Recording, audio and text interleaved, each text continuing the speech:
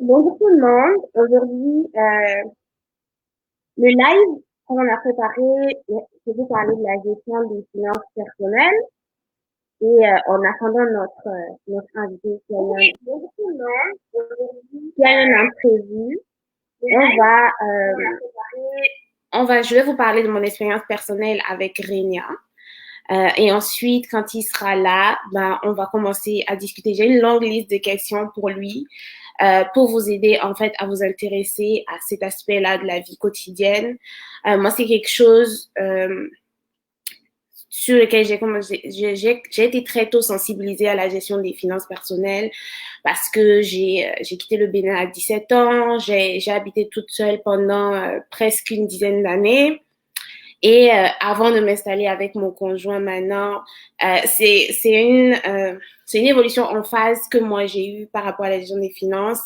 Parce que quand on habite tout seul, quand on habite en famille, quand on habite avec un conjoint, la gestion des finances est pas du tout la même. Chacun apporte son expérience de comment il l'a géré, mais ce n'est pas du tout la même. Donc, quand notre invité sera là, on va lui poser des questions sur qu'est-ce qu'il faut faire pour bien gérer ses finances au Bénin, euh, comment, euh, quelles sont les astuces qu'il faut utiliser, comment la banque peut nous aider, etc. Donc, je vais commencer par vous dire, moi, quand j'étais au Bénin, mon père, je pense qu'il a commencé à donner de l'argent de poche avec ma sœur quand j'étais en quatrième ou en cinquième. Et c'était comme 6 000 francs CFA par mois. OK? Wow, super Et, riche. non, mais oui, j'étais riche. C'était 3 000 francs, genre, pour moi, 3 000 francs pour ma sœur. Donc, et avec ça, on avait comme un mois à tenir. Mais ça n'incluait pas le SDIM ni rien, je pense. C'était juste notre argent de poche. On faisait ce qu'on voulait avec. J'avais une tirelire, je pensais, je mettais ça dedans, je m'économisais de l'argent un tout petit peu. Donc, je suis quelqu'un de pas très dépensier à la base. Quand je veux m'acheter un truc, je m'achète un truc cher, mais je suis pas quelqu'un de très dépensier. Donc, passer de 6 000 francs par mois, je pense qu'on n'a pas eu d'augmentation jusqu'au terminal. Donc, on est resté sur notre 6 000 francs de base, ma soeur et moi. Si je me rappelle bien, peut-être qu'il va me trucider après mon père s'il regarde le live, mais je pense qu'on n'a pas été augmenté. Ensuite, je suis allée en France. J'avais une bourse pendant Mais deux dites, années. merci. Est-ce que dans ces 3 000 francs, vous devez manger le petit déjeuner ou c'était fourni? Oui, on devait prendre le petit déjeuner avec, mais en général, on mangeait à la maison le matin. OK. À midi, on était à la maison pour manger. On n'avait pas vraiment besoin de dépenser de l'argent à l'école. C'est juste pour s'acheter des trucs qu'on avait à la cantine. Là, s'il y a quelque Ouais, chose que ouais. tu sais que si tu demandes à un moment de faire, elle va pas vouloir. Bah, si tu peux l'acheter à l'école, tu vas l'acheter. Tu vois, donc il n'y a pas de OK. raison qu'on dépense vraiment l'argent là. Ok, donc je pense qu'on ne dépensait pas vraiment tout l'argent et on accumulait ça un tout petit peu. Mais quand ça a changé, c'est quand je suis allée au bac. Je suis arrivée en France à 17 ans, j'avais une bourse qui prenait tout en charge, même la nourriture. Et j'avais une petite allocation de 150 euros. Je dis petite, mais en fait, bon, j'avais pas non plus besoin de dépenser de l'argent parce que j'avais pas besoin de payer une passe de bus. Je pouvais aller à l'école à pied. J'étais logée, j'étais nourrie. Mais mon père, il nous donnait 150 euros par mois pour pouvoir pour qu'on s'achète des choses si ça nous plaît, pour payer la facture de téléphone. Et puis c'est tout. Donc, c'est comme j'avais une grosse marge.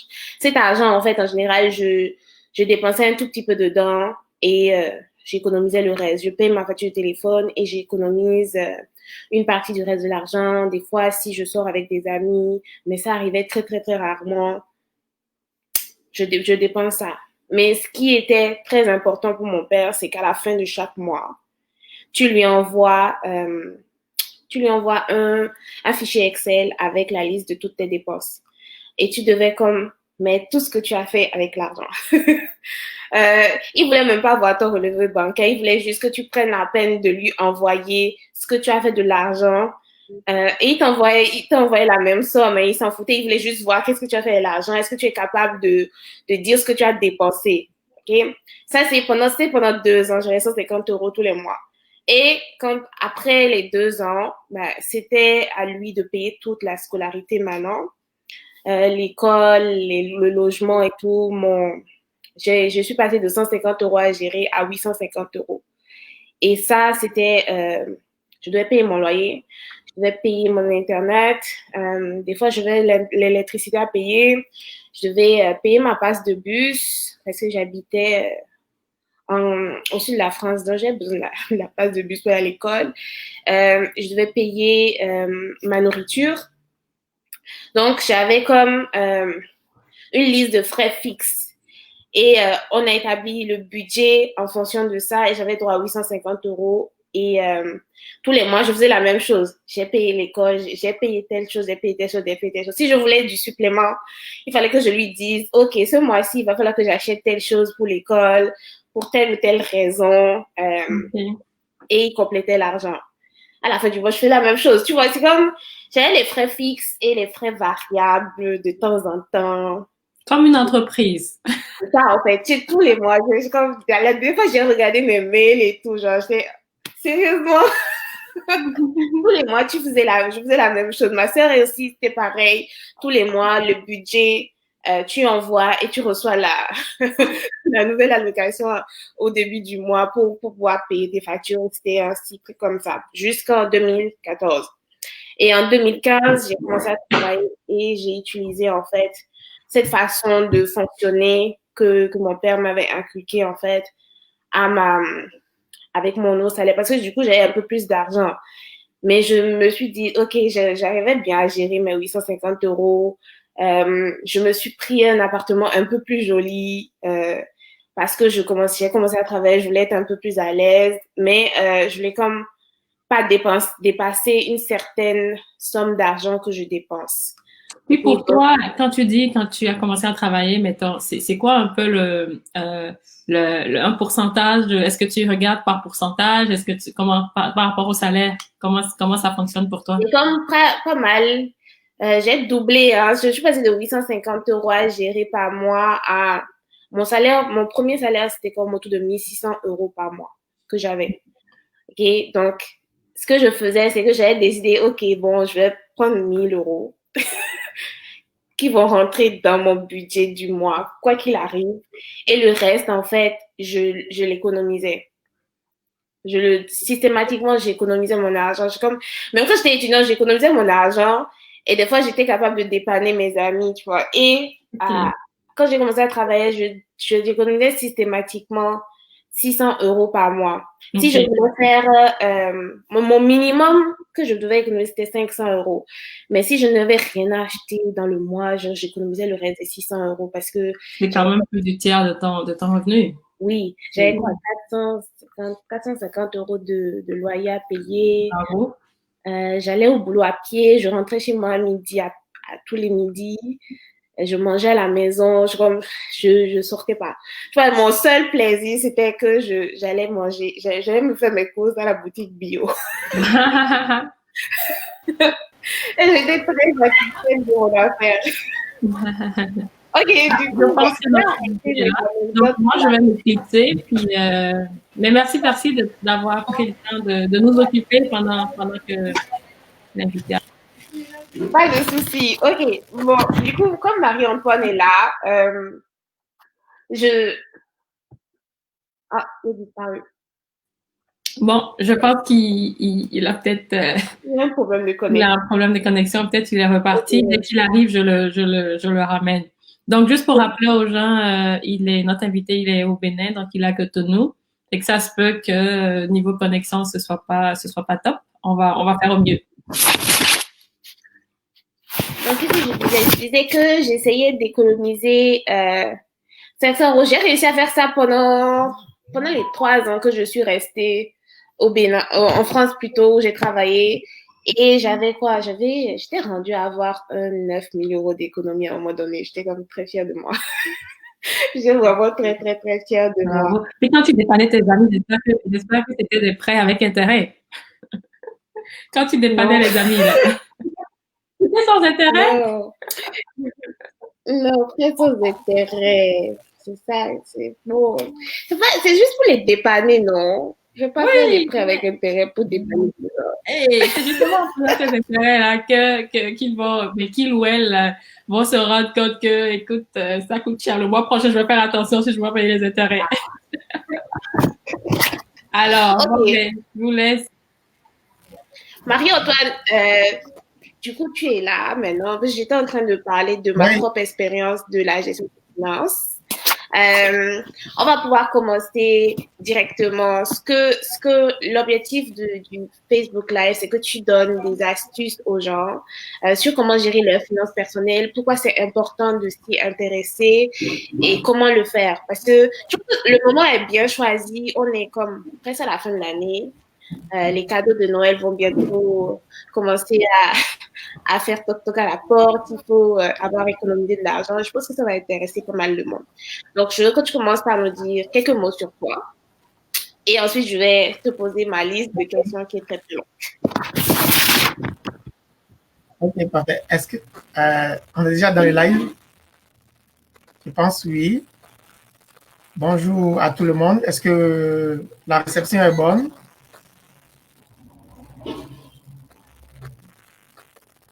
Ok, parfait. Donc, à l'état civil, on m'appelle Marie-Antoine Fabouni. Je suis gestionnaire financier. Actuellement, je suis conseiller en finances personnelles auprès du mouvement des jardins.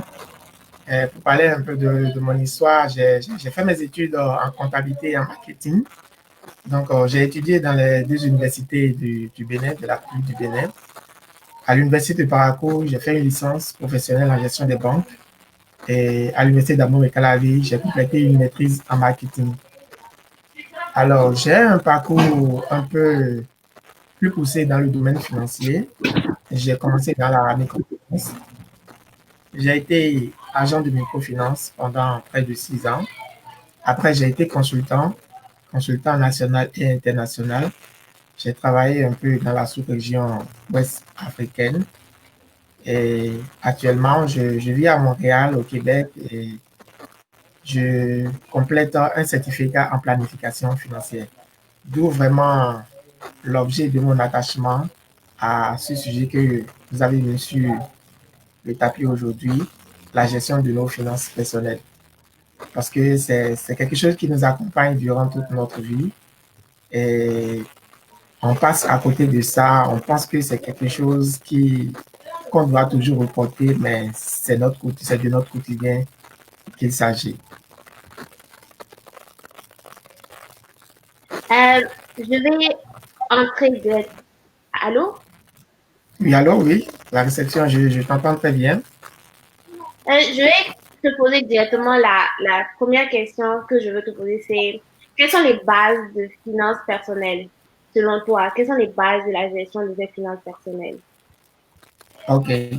Les bases de la gestion des finances personnelles, la première des choses, c'est de savoir ce que c'est que la planification financière. Ben, j'ai prévu juste parler de ce que c'est que la planification financière de façon globale avant qu'on aille vers les bases. Parce que quand on entend planification financière, on pense que c'est juste les finances ou l'argent, mais ce n'est pas exactement cela. C'est beaucoup plus que cela. Donc, les principaux éléments de la planification financière, si vous me permettez d'y aller, la Oui, première des choses, c'est les aspects légaux. Les aspects légaux, c'est quoi? Le planificateur financier doit tenir compte de tout ce qui est lié au, à la connotation juridique de tout ce que son client le fait. Donc, toutes les décisions que le planificateur financier va aider le client ou à faire ou son associé à faire doit tenir compte des aspects légaux. Après, nous parlons de ce que nous appelons la retraite. Le planificateur financier doit aider son client à préparer sa retraite. c'est une partie des finances. Et vous allez voir souvent dans la majorité des cas, c'est quand on s'approche de la retraite qu'on va vers le planificateur financier. Mais on aurait pu le faire un peu plus tôt, hein. Donc, nous avons aussi la succession, tout le processus successoral. Donc, nous avons la gestion des finances elles-mêmes, fructifier son argent. Nous avons l'investissement. L'investissement, c'est comment est-ce qu'on va mettre l'argent de côté pour que ça puisse garder son pouvoir d'achat dans le temps. Nous avons les assurances. Les assurances, c'est aussi bien les assurances de vie que de dommages, donc la protection, tout ce qu'il y a autour. Donc, voilà les aspects que la finance personnelle a. Alors, on vient maintenant aux bases de la finance personnelle. Nous pouvons comprendre que toute une vie, c'est basé sur des projets. Comme on le dit, c'est les projets qui nous font vivre. Les projets, c'est la transformation de nos rêves en faits réels. Donc, ces projets, l'atteinte de ces projets dépend d'une partie financière, d'une planification. Je donne un exemple simple. Alors, beaucoup de personnes pensent que la venue d'un enfant, c'est quelque chose qui vient comme ça, mais ce n'est pas comme ça. C'est un projet que nous avons. Quand nous nous mettons en couple et nous décidons d'avoir de l'enfant, le jour-là, le projet avoir de l'enfant est déjà né. Donc, nous devons préparer l'arrivée de ce projet, la mise en œuvre de ce projet. Et c'est dès le moment où on décide avec notre conjoint qu'un bébé doit arriver que nous devons commencer par préparer. Donc, pour moi, les bases de la finance personnelle, c'est d'abord de scinder notre vie, notre parcours, notre vie, la manière dont nous voulons un projet, un petit projet. Achat de moto, c'est un projet. Achat de voiture, c'est un projet. Construction de maison, c'est un projet. Donc, dès que nous scindons notre vie en projet, c'est beaucoup plus facile pour nous de mettre les outils à côté de ces projets pour préparer leur réalisation. Donc, c'est un peu ce que moi, je vois comme les bases de la finance personnelle. Et la prochaine question que je veux te poser, c'est pourquoi est-ce que les gens doivent s'y intéresser? Pourquoi c'est si important de s'intéresser à comment on gère son argent? OK. Alors, c'est tellement important parce que il y a un aspect que nous n'arrivons pas à contrôler quand cela nous surprend. Alors, très simple, qu'est-ce qui se passe?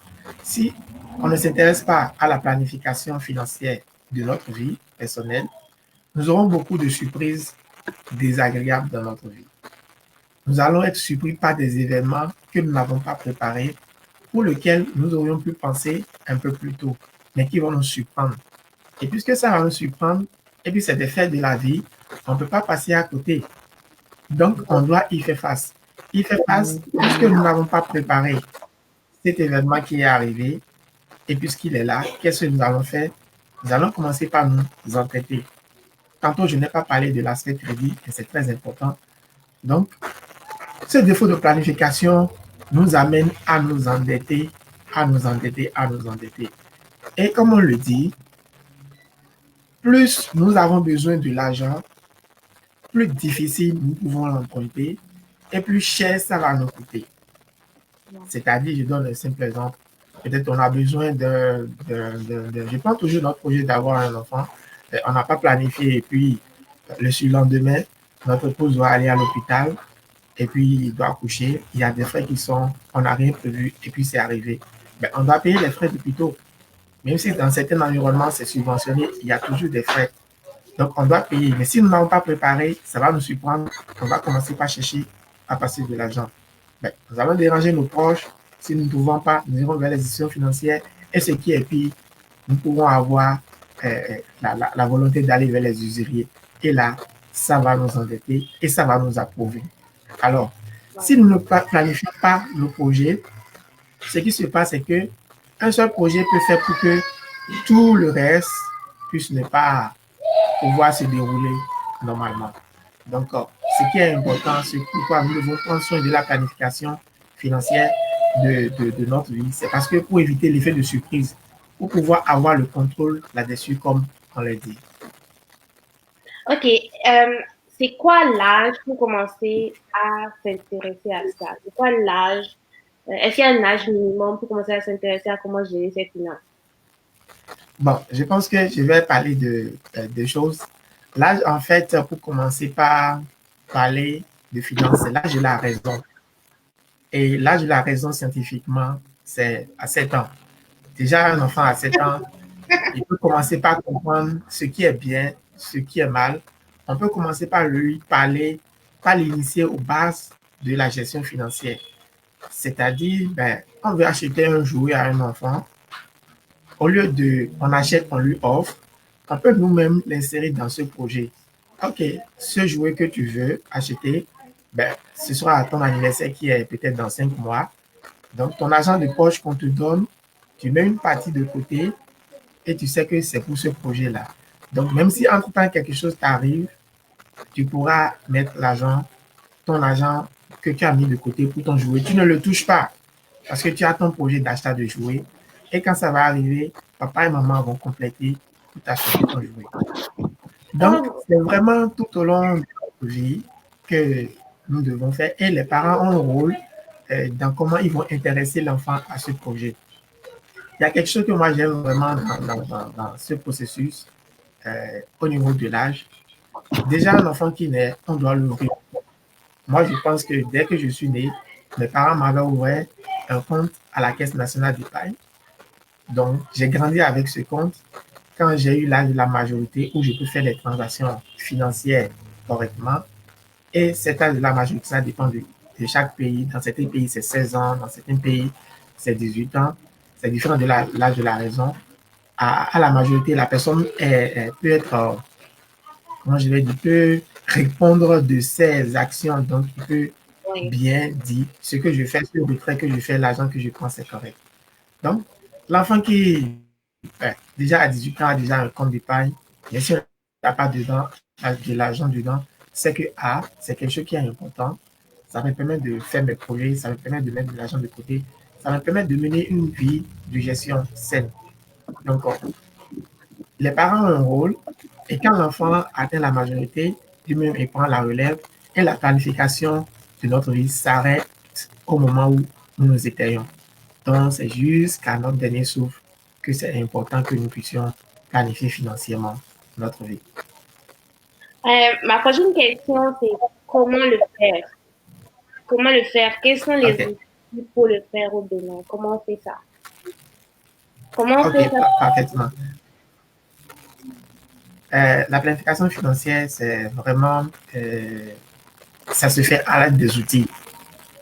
À part des professionnels qui sont sur le terrain, qui peuvent donner des conseils, chaque personne peut utiliser des outils qui vont l'aider à aller de l'avant. Donc, le premier outil, certainement, ben, on va en parler, on va aller dans les détails, c'est le budget personnel. Donc, c'est normal que chacun puisse faire son budget personnel et puisse le faire en toute conscience. Souvent, quand on veut faire notre budget, on a tendance à minimiser les charges parce qu'on ne veut pas être vraiment véridique vers nous-mêmes. Ben, je donne un simple exemple. Quelqu'un qui a l'habitude de prendre la bière, et puis c'est une bouteille de bière qu'il prend par jour, il doit le mettre dans son budget parce que c'est une dépense, c'est une sortie d'argent. Donc, on doit faire notre budget de façon, comment je vais véridique envers nous-mêmes parce que c'est notre outil de travail, c'est notre outil de gestion. Oui. Nous devons être francs envers nous-mêmes dans l'élaboration de ce budget. Après ça, les autres outils qu'on peut utiliser, c'est les produits financiers que les institutions nous donnent. Il y a plein de produits financiers qui existent aujourd'hui que les institutions mettent à notre disposition pour planifier notre vie financière. Donc, ces produits, ça dépend, comme je le dis depuis le début de notre projet. Par exemple, si les parents, ils veulent planifier les études de leur enfant et ils décident, OK, ben, quand mon enfant aura son bac, il va faire la médecine. On sait que la médecine, ça demande beaucoup de sous. S'il ne veut pas l'effet de surprise que je suis en train de dire, donc dès le moment où l'enfant est né déjà, il peut commencer par préparer ce projet. Donc, ils vont aller vers une institution financière. Et j'ai compris ici au Bénin, les maisons d'assurance et les banques font des partenariats pour offrir ce produit à la population. Donc, ça peut être un plan études, plan épargne études, le nom dépend de l'institution, où les parents, à la fin de chaque mois, dépendamment de combien il veut mobiliser, peut-être dans 15 ans, dans 20 ans, 10 000 francs CFA, 5 000 francs CFA, 1 000 francs CFA, 21 000 francs CFA, ils mettent dans un compte où l'intérêt est capitalisé. Ça leur permet d'avoir un capital qui est constitué à la fin. Peut-être que ça ne va pas suffire. Comment l'enfant va décider d'aller vers les études universitaires en médecine, mais au moins, c'est déjà un gros coussin qui est là. Et puisque c'est fait dans le temps, l'effet est moins difficile, est moins dur.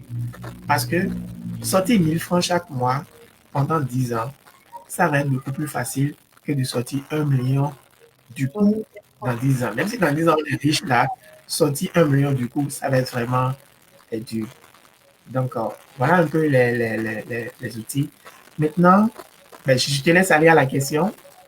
Oui, tu as parlé de budget et moi, c'est quelque chose que j'ai eu à faire pas mal pendant que je fais tout le temps. Je fais encore, OK? Comment est-ce que les gens font un budget? Qu'est-ce qu'il y a dans un budget? Comment est-ce qu'on fait un budget? OK.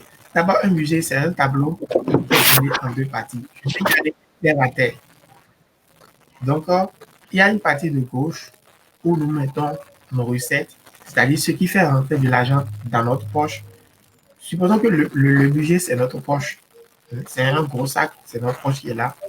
Donc, à gauche, nous mettons tout ce qui fait rentrer de l'argent dans ce truc. Notre salaire que nous faisons si nous travaillons, les revenus que nous avons si nous sommes employés, travailleurs autonomes, c'est-à-dire un entrepreneur. Peut-être on a un fonds de pension ou une rente quelque part ou un héritage quelque part qui nous apporte de l'argent régulièrement, on le met. On met aussi, peut-être nous avons une petite activité qui nous rapporte de l'argent à côté, une boutique à la maison. Tout ce qui fait rentrer de l'argent dans cette poche, on le met. Nous avons une maison quelque part que nous avons louée, il y a des locataires dedans qui payent un loyer, on le met dedans. Peut-être nous avons un parrain quelque part, je dis quelque chose comme ça, qui nous donne de l'argent régulièrement, on le met dedans. Donc ça, c'est la partie gauche de notre poche qui mentionne tout ce qui fait rentrer de l'argent. Et la règle d'évaluation de tout ce qui fait rentrer d'argent, elle veut que nous soyons vraiment réalistes. C'est-à-dire, il ne faut pas que nous exagérons. Un budget, on peut le faire de façon mensuelle. Donc, on prend pendant le mois combien ça peut rentrer. Combien peut rentrer et on le fait de façon réaliste pour ne pas que nos recettes puissent être de façon exagérée. Parce que tout à l'heure, on va comparer ça avec la partie de droite. La partie de droite, c'est tout ce qui sort l'argent de cette poche-là que nous appelons notre budget. Donc, tout ce qui est dépenses de loyer, habillement, loisirs, que ce soit les dépenses obligatoires, santé, instruction, écolage des enfants, tout ce qui fait que nous sortons de l'argent de notre poche, nous le mettons à droite. Et quand on finit de faire notre liste, on arrive maintenant à quelque chose qu'on appelle équilibre budgétaire. C'est-à-dire, on va voir l'équilibre. Est-ce que nos recettes, les entrées d'argent dépassent les dépenses ou est-ce que nos dépenses dépassent nos recettes? Si les recettes, là, les rentrées d'argent, les revenus, tout ça, là, ça dépasse nos dépenses, ça veut dire que nous avons un excédent de budget.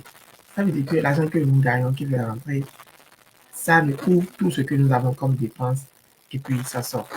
Les dépenses là, il faut penser aussi à tout ce que nous payons comme dette, et il faut penser à ça aussi. Donc, si c'est au contraire, oui, au contraire, si c'est les dépenses là qui dépassent le revenu, et c'est ce que dans la majorité des cas, on a. S'il n'y avait pas ça, on ne serait pas en train de parler de planification. Donc, ça veut dire que nous sommes en déficit financier. C'est tellement palpable que même les pays, la plupart des pays, c'est des difficultés auxquelles ils sont confrontés en matière de déficit financier. Donc, nous-mêmes, de façon personnelle, on peut avoir un déficit budgétaire. Ça veut dire que l'argent qui sort de notre poche là, passe l'argent que nous mettons dedans. Et beaucoup de personnes vont me dire, mais l'argent là, ça va quitter où? Puisque si ça ne rentre pas dans la poche, on ne peut pas le prendre. Oui, peut-être qu'il y a des glissements sur un mois à l'autre, ou bien il y a des dettes. À un moment donné, quand ce que nous avons mis dans la poche finit, nous prenons des dettes, nous mettons dedans pour pouvoir en sortir. Oui. Et c'est là maintenant le gros travail, au niveau de l'équilibre, c'est là le gros travail commence. Et c'est là on commence à parler de suppression de postes, c'est là on commence à parler de contrôle des dépenses et autres. Donc, de façon schématique, voilà un peu comment on peut faire un budget même à la maison avec notre feuille et notre crayon.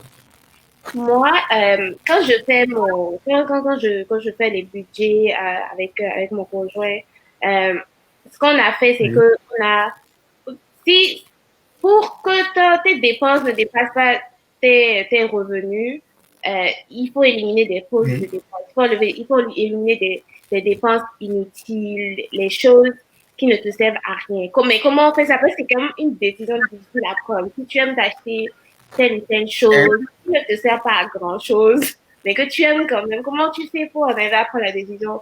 Ok, je vais éliminer ça de mon budget. Comment on fait pour éliminer les dépenses inutiles? Ouais. Ok.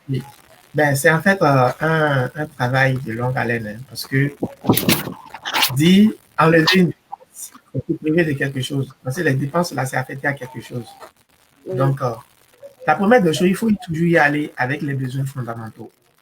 Se nourrir, Oui. se soigner, se loger, s'instruire, se vêtir. Donc, c'est les besoins fondamentaux. À ces points, il faut les mettre en haut, il faut affecter des, des montants à ça. Là, on est déjà au niveau de la deuxième partie du budget. Parce qu'on a fait le budget de façon globale. Maintenant, on veut faire ce qu'on va exécuter. Pour mettre des choses qu'on a fait, comme si on a fait un bouillon, on a fait le tout. Maintenant, on veut mettre au corps du pas. Comment est-ce qu'on doit le faire? Donc, il faut se donner aussi des normes, de la rigueur dans ce qu'on veut faire. Parce que nous avons dit tout à l'heure, notre vie est scindée en projets et on veut atteindre des projets. Et si nous voulons atteindre des projets dans le futur, c'est qu'on doit être en mesure aujourd'hui de mettre de l'argent de côté. Parce que notre cheminement qu'on est en train de faire, on veut aller vers le projet, mais on ne veut pas que le jour le projet va vouloir se réaliser, on puisse être à même de sortir une grosse somme d'argent. Donc, on se prépare pour ça. Et tout ça, là, ça doit dépendre de notre budget. Donc, je disais tantôt, aucune dépense n'est inutile en fait, mais il faut se donner des normes, il faut se donner des balises. Supposons qu'on a un salaire qui ne nous permet pas, par exemple, d'avoir une voiture. Ben, on va se contenter d'une moto d'abord. Et on ne va pas oublier notre projet d'achat de voiture, mais on va le reporter dans le temps. Donc, c'est une première mesure qu'on peut prendre, reporter certaines dépenses dans le temps. Il y a certaines dépenses qui ne nous apportent pas de plus-value. Parce que la majeure partie de notre temps, ben, tout au début de notre vie, nous devons mener des actions qui nous portent de plus-value. Parce qu'à partir d'un certain âge, notre énergie va commencer par baisser et puis nous ne pourrons plus fournir les mêmes efforts qu'on fournit pour avoir des revenus. Donc, c'est comme si c'est une courbe de nos revenus qui monte, qui monte, qui monte, et à un moment donné, ça commence à baisser. Donc, au moment où nos revenus montent, nous devons privilégier des dépenses qui nous apportent de la plus-value, mais pas des dépenses qui nous apportent des moins-values, c'est-à-dire des dépenses qui ne... ben, je vais trouver le mot, je n'ai pas trouvé le mot. Des dépenses qui n'apportent pas de retour. Des dépenses qui n'apportent pas de retour. On a parlé des dépenses qui sont obligatoires, des besoins fondamentaux, mais les autres dépenses, c'est des dépenses qui ne nous apportent pas de retour. Les dépenses qui ne nous apportent pas de retour, on les appelle les dépenses de consommation. C'est-à-dire, on fait ces dépenses-là, c'est fini. Les dépenses qui nous apportent de retour, on parle d'investissement. C'est les dépenses dans lesquelles, quand on les fait, ça nous apporte quelque chose en retour. Donc, au début de notre cycle de vie, nous devons privilégier vraiment les dépenses d'investissement. Que nous savons que demain, ça va nous apporter des revenus. Si ça nous apporte des revenus, nous aurons beaucoup plus de la facilité à faire face à nos dépenses. Et si nous arrivons à faire face à nos dépenses, nous aurons plus de la facilité à dégager des excédents budgétaires pour mettre dans nos différents projets. Et on va voir que, arrivé à un moment donné, la planification est faite de telle manière que même nos dépenses, on n'a plus tellement de vue là-dessus parce que c'est beaucoup plus facile pour nous de faire les dépenses de consommation. Donc, éliminer les dépenses inutiles. J'ai dit, hein, toute dépense n'est pas inutile parce que c'est affecté à quelque chose. Mais il faut que nous hiérarchisons. Il faut qu'on mette une priorité dans nos dépenses. Il faut qu'au début de notre cycle de vie, on privilégie les dépenses qui apportent de plus-value et il faut nécessairement, et aussi, on peut le faire, reporter des dépenses dans le temps. Voilà. Ok, ma prochaine question, c'est, tu as parlé de qui peut faire, tu as dit qu'il faut faire des investissements, des dépenses qui apportent une plus-value. Comment, Oui.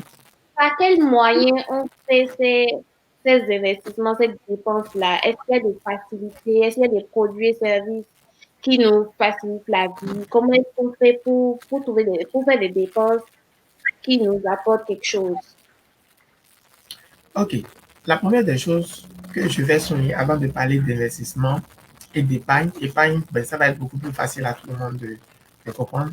C'est un conseil que je donne à la majorité de mes clients. Et c'est quelque chose qui est vraiment concret, mais nous passons à côté de ça.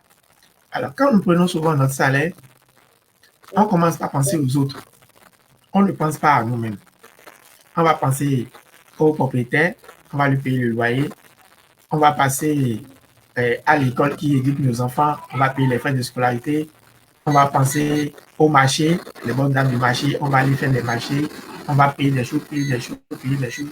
Et nous-mêmes là, nous-mêmes qui avons travaillé pendant 30 jours, si je me mets dans un cycle de 30 jours, combien nous nous donnons à nous-mêmes? Souvent, on dit que ben, c'est peut-être aller prendre une bière, faire la fête, c'est ça que nous-mêmes, nous faisons nous-mêmes. Non, l'argent là de la bière, ça va chez le barman. L'argent de la nourriture que nous mangeons, qui nous fait plaisir, c'est vrai, le plaisir est pour nous, mais l'argent, moi je dis l'argent, ça va chez la vendeuse. Donc, dans notre budget, nous-mêmes là, nous devons dire, c'est nous qui avons travaillé, qui avons transféré, à la fin du mois, nous devons dégager une partie pour nous-mêmes. D'accord. La manière dont pour les autres, là, c'est rigoureux. On dit, ah, il faut qu'on paye le loyer. Nous-mêmes, on devons dire, il faut que je me paye moi-même aussi. Il faut que je mette de l'argent de côté. Et l'argent là que je mets de côté, Première chose à faire, genre, avant de commencer à faire des dépenses, tu commences avant à... de commencer à parler, c'est la première des choses à faire. Parce Ok. qu'on a transféré, on a travaillé dur, on a eu notre salaire, on a eu notre revenu. Il faut que nous pensons à nous-mêmes. Ça là, c'est pour moi. Nécessairement, ce n'est pas de l'argent exorbitant, quelque chose. Mais nous devons prendre cette attitude, dès que nous avons notre salaire, de mettre de l'argent de côté pour nous-mêmes. C'est ça qui est notre épargne. C'est de l'argent que nous n'avons pas dépensé en consommation en consommation. Donc ça reste notre épargne. Donc, cette épargne-là, je vais vous dire quelque chose. Je vais prendre un simple exemple. Un simple exemple. Le pain que nous achetons, un pain. Il y a 10 ans, le prix du pain et le poids du pain n'est plus la même chose qu'aujourd'hui.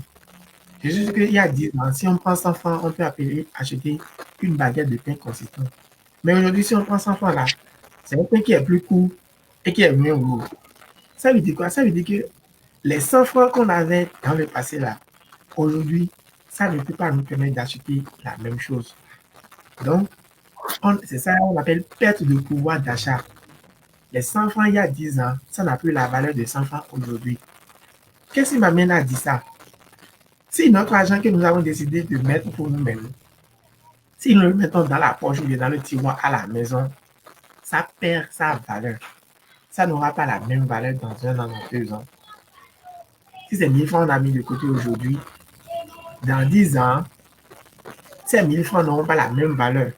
Alors, qu'est-ce qu'il faut faire pour que l'argent au moins garde sa valeur? C'est là qu'il faut aller vers l'investissement. Il faut aller vers pas nécessairement vers les marchés financiers, mais il faut investir. Et l'investissement, il y a 2 sortes. Il y a l'investissement direct, l'investissement indirect. L'investissement direct, là, c'est un peu comme si nous prenons des actions, nous devenons actionnaires dans une société qui travaille pour un projet, quelque chose qui va faire fructifier l'argent. Il y a plein de projets qui font fructifier l'argent.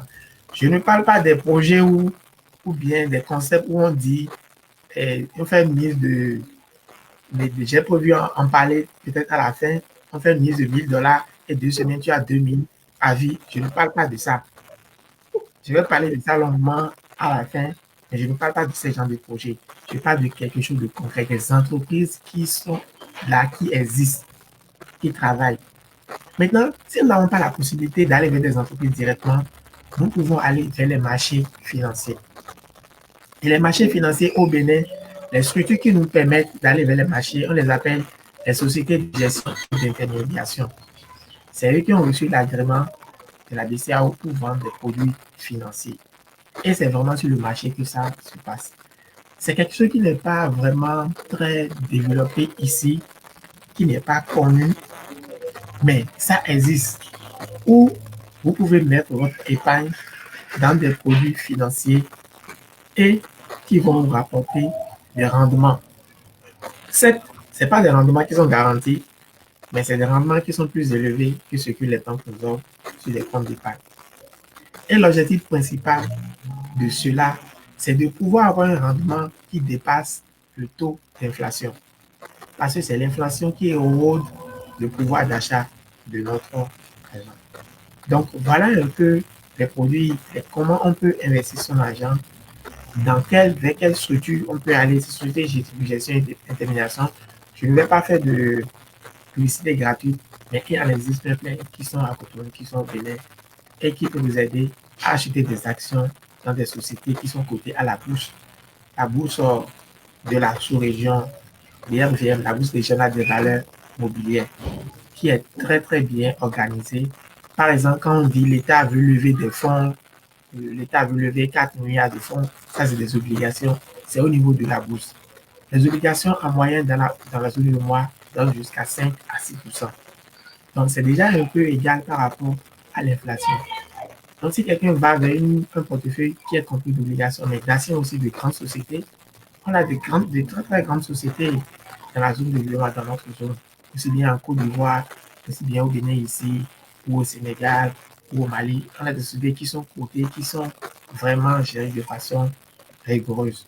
C'est des trucs qui peuvent nous apporter beaucoup plus de plus-value. Mais avant d'y aller, il faut échanger avec un professionnel pour faire ce que nous appelons le profil d'investisseur. Parce que ce n'est pas n'importe qui va supporter la fluctuation du marché et autres. Donc, voilà un peu de façon de résumer les investissements, comment on peut s'en sortir avec ça au Bénin. C'est vrai que j'ai la maîtrise beaucoup plus du système canadien, mais quand même au Bénin, voilà un peu comment ça fonctionne. Moi, je vais... est-ce qu'il y a des applications pour aider à gérer cette dépense au Bénin? Des applications pour gérer cette dépense, c'est-à-dire pour faire un budget? Oui. Ben, je ne connais pas d'application spécifique, mais quand même, il y a des applications sur tout ce qui est appareils mobiles et autres. Donc, il suffit, si nous avons des iPhones de rentrer, gérer notre budget. Il y a plein d'applications qui nous permettent automatiquement de rentrer nos budgets et d'y aller. J'ai vu aussi, il y a un très grand effort qui est en train d'être fait au niveau des banques de la place pour mettre des applications mobiles à la disposition de leurs clients. Des applications dynamiques qui peuvent déjà, avec comment tes opérations financières évoluent, te faire la part des dépenses et autres. Là. Donc, c'est quelque chose qui est très apprécié aussi. Ok, moi, j'ai au Bénin, c'est vrai que comme tu as dit, les gens ne sont pas très habitués aux affaires de placement financier, investissement, mais il y a quelque chose qui existe, que les gens font, c'est les tontines. C'est quoi la place de la tontine quand on veut gérer cette dépense? Parce que moi, la tontine, j'ai vu ma mère en faire, mais jusqu'à maintenant, j'ai même des amis qui me disent qu'elles font des tontines. J'ai l'impression que c'est beaucoup un truc de femmes, c'est vrai, mais c'est quoi la place de la tontine quand on veut gérer cette dépense financière? Ok, la tontine, c'est vraiment quelque chose de très bon que nous avons au Bénin. Et c'est pas seulement au Bénin que nous avons la tontine. Hein. La tontine est développée dans beaucoup de régions du monde. C'est quoi le concept? Alors, nous sommes 10, nous nous entendons, on veut faire face à une dépense, chacun de nous a son produit, mais il n'arrive pas à faire face à la dépense. Donc, qu'est-ce qu'on va dire? Tout à l'heure, on a dit, sortez 1000 francs par mois pendant 10 ans. ce sera beaucoup plus facile que de sortir 1 million dans 10 ans. Donc, nous les 10, ok, les 1000 francs là, comme on a dit que les 1000 francs, c'est pas difficile à sortir, on sort les 1000 francs là, ça fait un 10 000. Donc, on donne à chacun. Celui qui a un projet de 10 000, il peut le faire avec. Et on le fait comme ça par mois, juste à ce que les 10 personnes fassent le tour de la cantine. Donc, c'est un moyen aussi de mettre de l'argent de côté pour régler des difficultés, pour exécuter des projets à court et à moyen terme. Mais je précise vraiment que c'est à court et à moyen terme. Une tontine qui va dépasser 3 ans, c'est vraiment déjà trop lourd. Et il faut nécessairement que ce soit des gens qui se connaissent. Aujourd'hui, je vois des tontines pour... je donne un exemple des tontines pour ramasser le glacier et la personne lance le message seulement, ben, tu vas t'inscrire, tu es à la 9e position, vous ne vous connaissez pas. La tontine, c'est d'abord une question, quelque chose de communautaire. Il faut que vous vous connaissez. Vous êtes dans la même maison, vous pouvez faire. Vous êtes de la même famille, vous pouvez faire. Vous êtes dans la même école, vous pouvez faire. Il faut qu'il y ait quelque chose qui vous lie. Qui vous lie, nécessairement. C'est ça qui va faire que ça va éviter des histoires de telle personne n'a pas payé, telle personne n'a pas payé. Parce qu'il n'y a pas une garantie qui est derrière ça. La garantie qui est derrière ça, c'est la pression sociale. Donc, si vous ne vous connaissez pas, vous rentrez dans une tontine et puis demain, vous n'avez pas votre argent. Comment vous allez faire? Donc, il faut qu'il y ait un lien entre vous, membres de la tontine, pour que vous puissiez utiliser ce lien pour exercer la pression sociale sur la personne qui ne va pas donner. Parce que si, par exemple, vous êtes dans la même maison, vous avez une tontine, quelqu'un ne donne pas, tout le monde sait que lui n'a pas donné. Et chaque matin, il va se réveiller. Ben, une fois, il aura rentré, il va payer la tontine. C'est comme ça peut fonctionner. Donc, c'est vraiment quelque chose. Moi, je suis ici, je suis très fan de tontines. Je suis toujours dedans.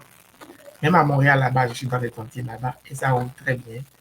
Il y a des gens qui organisent très bien et qui permettent de réaliser des projets. Il y a des tontines où on peut vous aider à acheter des maisons avec ça. Il y a des tontines où on peut vous aider à construire une maison. Il y a des tontines où vous aider à acheter une voiture. C'est que nous sommes tous, par exemple, 20 jeunes. On n'a pas encore de voiture, mais on veut tous avoir de voiture. OK, on se dit, bon, la voiture qu'on veut, c'est une voiture de 5 millions. Tu donnes un prix comme ça. Nous sommes 20, 5 millions divisé par 20, ça fait quelque chose de 250. Donc, chaque mois, on donne 250. Donc, ça veut dire que chaque mois, chacun aura sa voiture. Donc, en 20 mois, tout le monde a sa voiture. Donc, ça donne du sens. Mais il faudrait que ces 20 jeunes se connaissent d'abord et aient une confiance mutuelle en eux. Donc, c'est un outil aussi qui existe que nous pouvons utiliser pour planifier nos finances.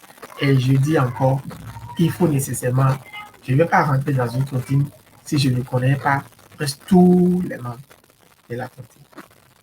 OK. Il y a Atma qui pose une question sur les institutions qui gèrent les produits d'investissement. Elle veut savoir, est-ce que tu as un lien ou un contact pour avoir accès à ces institutions qui offrent des produits d'investissement au Bénin? Oui, bien sûr, bien sûr. J'en ai, actuellement, je suis même en train de travailler avec un pour échanger avec le client sur le processus de planification successorale. Parce que dans notre, comment je vais dire, dans notre culture, la succession est quelque chose de délicat. Même les intellectuels n'arrivent pas à l'aborder comme il faut. Alors que c'est quelque chose qui est très important et comme j'ai cité tout à l'heure, ça fait partie de la planification financière. Et ce que j'ai vu, il y a vraiment des outils qui permettent au client qui a mis son argent, qui veut investir son argent, de choisir dans quoi il veut investir son argent et de suivre aussi l'évolution de son argent.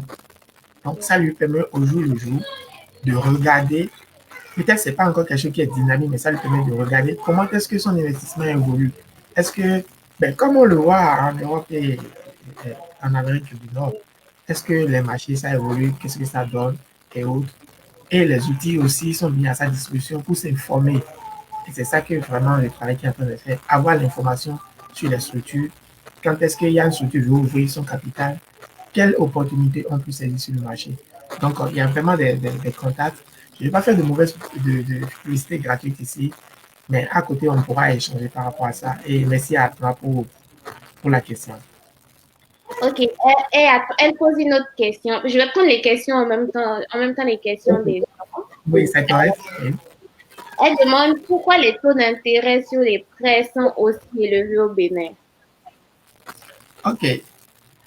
D'abord, quand on parle de prêt, de crédit, ça va avec le risque. Oui. Alors, le taux d'intérêt, c'est le prix du risque. L'institution ou la personne qui vous prête son argent, le risque que la personne prend en retour, vous lui donnez un taux d'intérêt, vous lui donnez de l'intérêt. C'est-à-dire, vous le rémunérez pour le risque qu'il prend. Parce que s'il n'y avait pas de risque là, il allait vous donner l'argent. Mais puisqu'il y a un risque que vous ne puissiez pas payer, il vous met un taux d'intérêt là-dessus. Et ici, chez nous au Bénin, le risque est élevé. C'est-à-dire le risque de non-remboursement est élevé parce qu'il n'y a pas de système ou d'outils pour contraindre quelqu'un à payer le prêt. C'est-à-dire, si je prends de l'argent, je donne un crédit à quelqu'un et la personne ne paye pas, il n'y a aucun système mis en place pour m'aider à récupérer rapidement mon prêt. C'est-à-dire qu'il y a des dépenses que moi je dois faire. On doit aller vers des institutions de la police ou autres pour pouvoir rentrer en possession de ces là. C'est ce qui fait que c'est difficile. Maintenant, vous allez me dire, et pourquoi les gens donnent des garanties et pourtant c'est toujours élevé? Je vais vous dire, les garanties qu'on demande quand le montant est élevé, même la réalisation des garanties est difficile. Les garanties qu'on prend là, il y a les garanties personnelles, il y a les garanties matérielles. Les garanties personnelles, la caution, on demande un avaliseur ou quelque chose. La personne qui est déchue là, qui n'arrive pas à payer son prêt, on ne peut pas automatiquement aller chez l'avaliseur ou la caution pour payer. Peut-être que l'avaliseur a des comptes dans l'institution financière, on peut jouer. Encore que on ne peut pas lui empêcher d'avoir accès à son argent parce qu'il n'a pas mis son argent en garantie. C'est sa personne. Donc, c'est toujours le fait que ça soit difficile de réaliser, ça soit difficile de contraindre la personne à payer les prêts. Dans les pays développés, il y a des structures de code de crédit qu'on met en place où si tu ne rembourses pas ton prêt, c'est tout le système qui est contre toi. Oui. C'est-à-dire, toi, tu ne peux plus avoir de prêt ailleurs. C'est écrit dans quelque part où tout le monde, tous ceux qui donnent les prêts peuvent voir. Mais chez nous, ici, il n'y a pas encore ce système qui est mis en place. Donc, parce que c'est difficile de contraindre la personne à rembourser que les taux d'intérêt sont élevés. Je vais maintenant à la deuxième forme de garantie matérielle qu'on peut mettre en place. Supposons que quelqu'un met sa parcelle en gage. Il te donne le titre de propriété. Même si la personne ne paie pas, tu ne peux pas te lever et aller vendre la propriété. C'est toute une procédure qu'il faut faire. Parce que tu l'as juste dépossédé de titre de propriété, mais il ne t'a pas transféré la propriété du bien. Comme on parle d'hypothèque, il ne t'a pas transféré. Le bien lui appartient toujours. Toi, tu as juste le papier du bien avec toi. Donc, même s'il dit qu'il ne paye pas, c'est toute une procédure judiciaire que tu vas faire pour obliger à réaliser son bien qu'il a mis en garantie. Donc, la difficulté est toujours là. Et c'est pour ça que le taux d'intérêt est toujours élevé. Mais quand même, les autorités financières font l'effort pour que ça n'atteigne pas le taux d'usure mis en place par la Banque centrale. Moi, je veux qu'on parle de banque au quotidien. Genre, au Bénin, les gens ne sont pas habitués à aller à la banque. Il y a beaucoup de gens qui n'ont pas de compte bancaire ou qui en ont un parce qu'ils sont bien obligés d'en avoir un. Je veux savoir, est-ce que c'est important d'avoir un compte en banque et à quel âge on peut commencer à aller créer son compte bancaire? Bon, c'est très important d'avoir un compte à banque et c'est une affaire d'éducation. Mais on ne va pas en vouloir à la population qui n'a pas de compte bancaire parce que le taux de bancarisation aussi est faible chez nous. C'est-à-dire, la banque n'est pas accessible partout. Il y a des régions dans lesquelles il n'y a pas d'institution financière qui est implantée, même dans des villes, il n'y en a pas. Donc, c'est vraiment difficile. Mais il y a un travail très important qui est en train d'être fait actuellement avec les compagnies de téléphonie mobile. Parce qu'ils font partie aussi du système bancaire d'une manière ou d'une autre. Ils font partie du système financier d'une manière ou d'une autre. Donc, on voit beaucoup de mieux en mieux de personnes qui utilisent ces services mobiles et on voit encore de mieux en mieux de marchands, de personnes qui acceptent des paiements par ce biais. Moi, j'ai déjà fait, là, par exemple, quand je suis arrivé à l'aéroport de Cajun et j'ai fait mon test Covid et je veux payer à l'aéroport là, on m'a dit que je peux le payer avec mobile money. Donc, je n'ai pas manipulé le cash. J'ai fait une transaction financière. C'est vrai que en tout cas, c'est organisé de telle manière que j'ai pu payer, même s'il y a eu des frais, j'ai pu payer quand même et je n'ai pas utilisé du cash.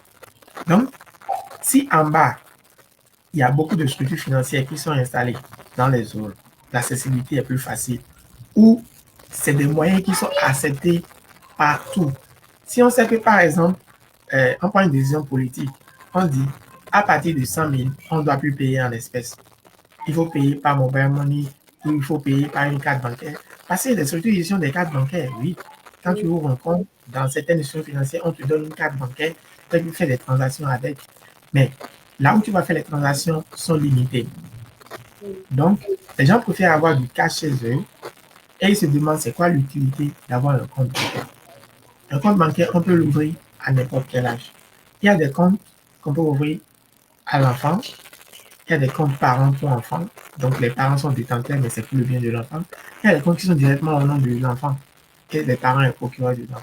Donc, tout le monde peut avoir accès au compte dans une banque ou aussi dans une institution de microfinance. Parce que les institutions de microfinance sont beaucoup plus proches de la population. Okay. Donc, j'ai vu beaucoup sur Internet que les services dans les banques sont médiocres. Et je sais que tu peux passer une journée pour ouvrir un compte dans une banque au Bénin.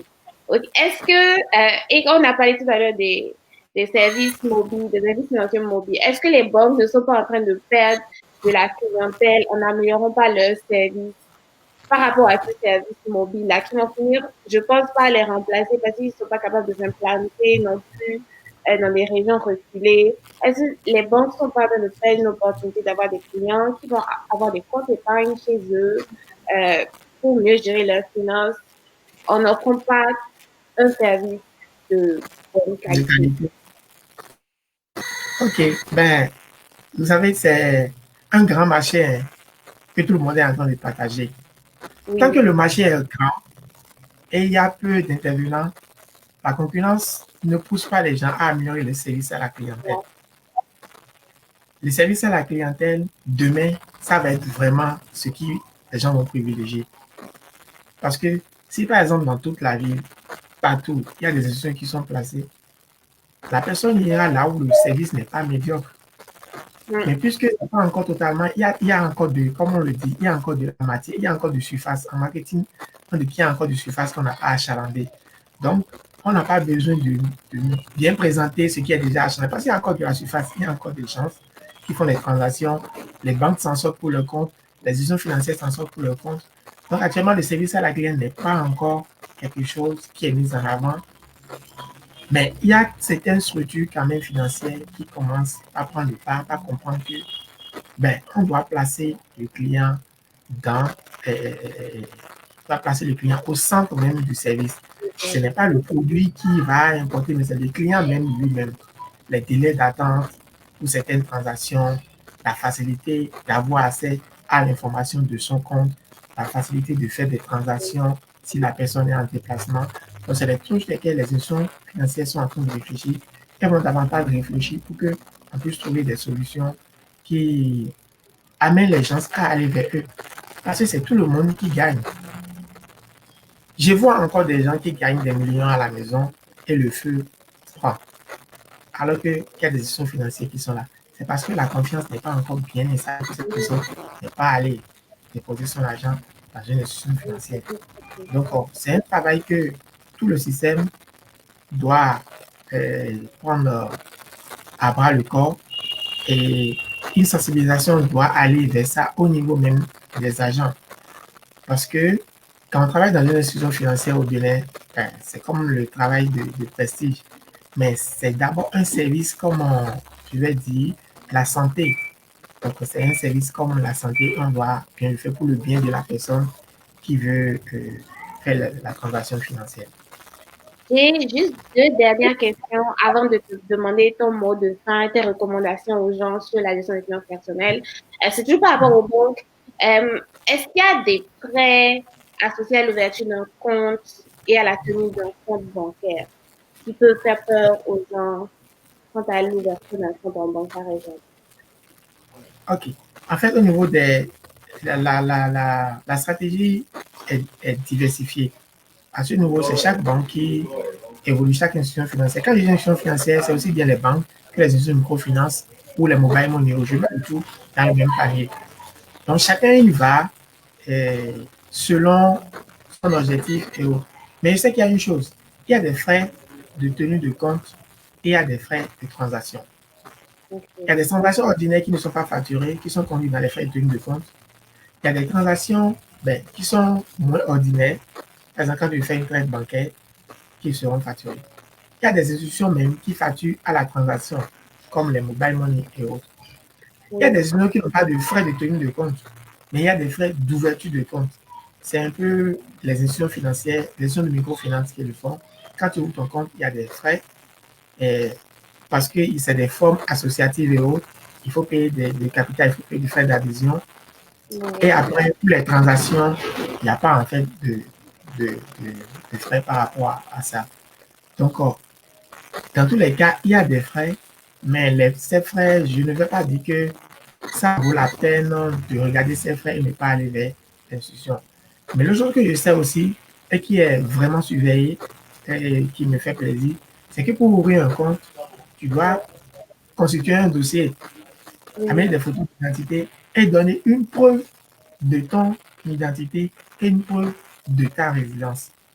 Donc, ces trois choses, c'est vraiment nécessaire pour l'ouverture d'un compte à n'importe quelle institution financière. Mais du coup, on sait qu'au Bénin, beaucoup de gens ne sont pas instruits, ne savent pas parler français. Et la question de l'ATMA est assez légitime, je trouve. Comment les banques font? Est-ce qu'elles sont accommodantes pour les personnes qui ont de la difficulté à le français? Ah oui, j'ai déjà vu des banques qui ont des clients qui ne comprennent rien du français, mais qui font leurs transactions. Au Bénin, si on prend les cas, au moins chaque personne peut parler deux langues locales. Donc, dans la banque, la langue locale de la personne, il y a toujours quelqu'un qui va être là, qui va lui parler et qui va lui expliquer les transactions financières pour que la personne puisse comprendre. Maintenant, si c'est vraiment difficile, alors qu'est-ce qu'on demande au client, c'est de désigner un procureur qui est instruit dans son compte avec pouvoir limité. Quand on dit pouvoir limité, la personne a une procuration dans le compte, mais la personne ne peut pas faire toutes les transactions.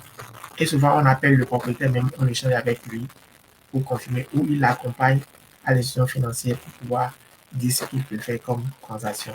Donc, la langue n'est pas vraiment une barrière pour l'utilisation des produits financiers. Ok, moi je veux savoir en dernier, quelles sont tes recommandations pour les gens quand il s'agit de faire la gestion de leurs finances personnelles? Pour résumer tout ce qu'on a dit depuis une heure là. Quelles sont tes recommandations? Ma première recommandation, c'est vrai qu'on n'a pas prévu ça, mais je vais en parler.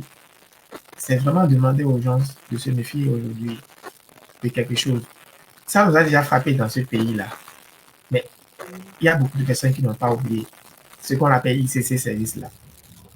C'est-à-dire, il faut déposer de l'argent et puis 2 jours après, tu as 2000, 3 jours après, tu as 4 fois. Et puis on dit, et c'est tellement maquillé que on dit, c'est pas du marketing relationnel, c'est pas du système de conduite, il n'y a pas de vente à faire, il y a parrainage, il n'y a de rien.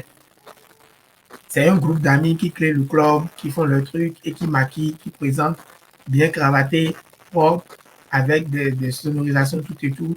Et bêtement, il y a encore des gens qui mettent leur argent dedans et qui perdent. Et pourtant, nous avons déjà vécu cette histoire. Et puis, ça continue. Donc, évitons de mettre de l'argent dans quelque chose qui est trop beau. Où on nous dit, dans 3 mois, on aura 100%. Et c'est toujours quelques 2 ou 3 individus qui font la preuve, qui montent. Mais c'est l'argent que vous mettez dedans, c'est ça qu'eux, ils utilisent pour s'habiller, pour être propre. Et vous vous appauvrissez. Ils vont vous demander d'amener 4 personnes. Et l'argent de ces 4 personnes, ils vont vous donner une partie, eux-mêmes ils vont mettre partie. Le jour où vous allez cesser d'amener quelqu'un, le jour là, ça va tomber. Et ça finira toujours par tomber. Parce qu'il y a d'autres qui sont vraiment éveillés encore par rapport à ça. Venons maintenant à notre planification personnelle. Donc, pour résumer, la planification personnelle, ça concerne tout le monde et ça concerne toutes les étapes de notre vie. Ça nous accompagne et c'est très important pour nous d'y prêter attention. Ce n'est pas seulement lié à l'argent, mais c'est lié aussi à notre décision de mettre notre vie en projet. Tout est projet dans la vie. Nos rêves, on dit, celui qui vit sans rêve ne vit pas. Mais ces rêves-là, nous devons les transformer en projets et leur donner de nom. Et à ces projets, nous devons affecter des ressources. Et ces ressources, pour les affecter, nous devons pouvoir mettre de l'argent de côté, notre revenu de côté après nos dépenses. Et j'ai dit, c'est la première des choses que nous devons faire. Nous rémunérer nous-mêmes. Et ça, l'argent que nous mettons de côté, on va le mettre petit à petit et ça va grandir. Et pour réaliser ces projets, on ne va pas attendre 5 ans pour dire c'est dans 5 ans on va acheter la moto. Non, c'est aujourd'hui. Aujourd'hui, si on commence petit à petit à faire des prélèvements automatiques, nous-mêmes petit à petit aujourd'hui, demain ça va grandir. Maintenant, si nous décidons de faire des projets à long terme pour nous rapporter beaucoup plus d'argent, peut-être pour notre retraite ou pour un projet à long terme, on peut aller vers les marchés financiers, acheter des produits financiers ou aller investir dans des structures qui ont besoin de capital. Aujourd'hui, on parle de start-up. C'est quelque chose que nous devons encourager parce que c'est les start-up d'hier qui sont les grandes sociétés, les grandes compagnies aujourd'hui. Donc, nous pouvons décider de mettre notre argent dans une start-up si nous avons confiance en ce qui se fait. Donc, voilà de façon résumée ce que je voulais dire. Merci. Et je veux compléter, faites votre budget en conséquence. Faites un budget avec vos principes. N'oubliez pas quand vous commencez le mois, économisez d'abord l'argent. Économisez une certaine somme d'argent, comme Marie-Antoine l'a dit. Rémunérez-vous. Et ensuite, vous vos dépenses obligatoires. Et s'il reste quelque chose, vous pouvez y aller. Moi, je suis beaucoup plus stricte. Mais je pense que le message et d'économiser de l'argent en premier. Du coup, ouais, on a dépassé un tout petit peu les 1 heure, mais on a commencé avec Marie-Antoine à 10h10, donc je suis dans mon temps. Donc, je remercie tous les gens qui ont suivi le live. Vous pouvez le revoir. On a maintenant une chaîne YouTube pour revoir toutes les vidéos. Vous pouvez la revoir sur Facebook aussi. Et merci à Marie-Antoine. S'il y a des gens ont des questions ou bien des sujets particuliers par rapport à ça, ils pourront toujours m'écrire sur Facebook ou m'écrire sur LinkedIn. Donc, et c'est avec plaisir que je vais vous accompagner dans leur processus de planification. Oui, on va mettre le lien dans les LinkedIn de Marie-Antoine pour que vous lui écrivez, vous écriviez. Et je vous remercie d'avoir participé et je vous dis à la prochaine pour le prochain live. On a déjà prévu le sujet pour les gens qui sont abonnés à la page. Merci beaucoup et à bientôt. OK, bye bye.